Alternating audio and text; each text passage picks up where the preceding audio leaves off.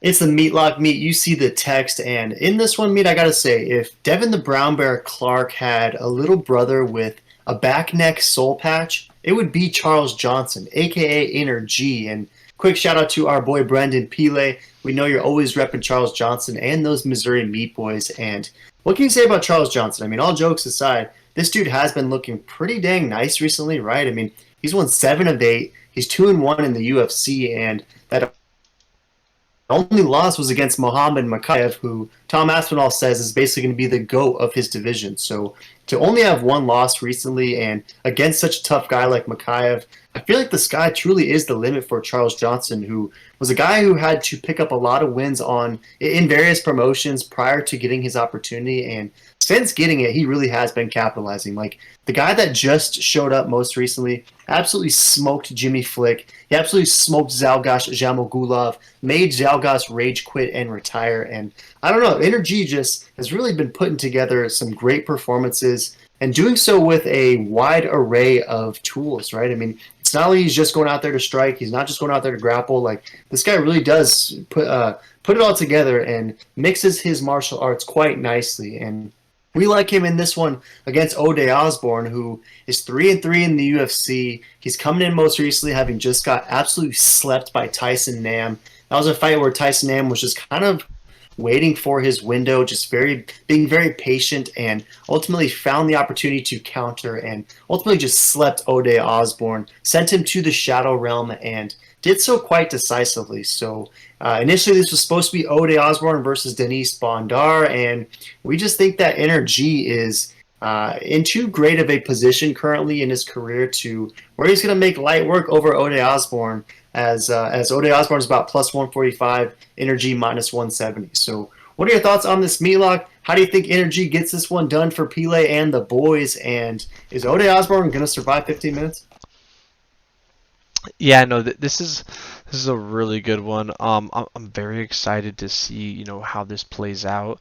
But this is an absolute lock, boys. I mean, if you've been looking at their performances of recently, Charles has been looking really sharp. I mean, absolutely dialed. I mean, absolute energy, as his nickname is. And I just think no matter where it goes, the grappling, the stand up, he's gonna be sharper, faster. He's enjoying himself. It seems like he's really figured it out and got the flow, the energy, going. And Oda just seems like he's on the downtrend while Charles is just upward trajectory. So I think it's going to be an absolute style show and just fun fight, but a lock nonetheless. Where I think he's going to get the finish or submission wherever it goes. Oda is going to have a lot of trouble versus Energy.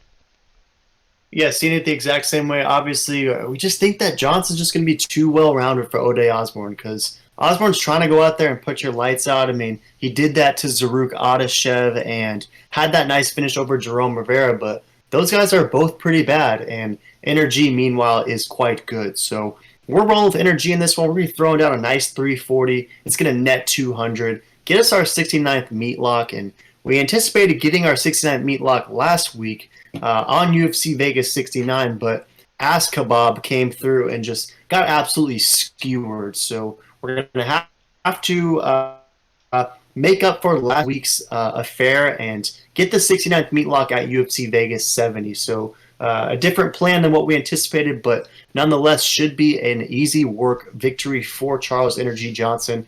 I actually like him to win by decision in this one. I can see this one playing out to the fight against Zhalgas Jamogulov, where he's able to get some takedowns, he's able to steal rounds, and ultimately is able to win a decision. But if he's able to finish his opponent just like he did most recently against Jimmy the Brick Flick, then that wouldn't be the craziest thing in the world either, because Ode Osborne might be coming here with a suspect and questionable chin after having just got absolutely slept by Tyson Nam. So, any last thoughts on this meatlock? I like Charles by decision.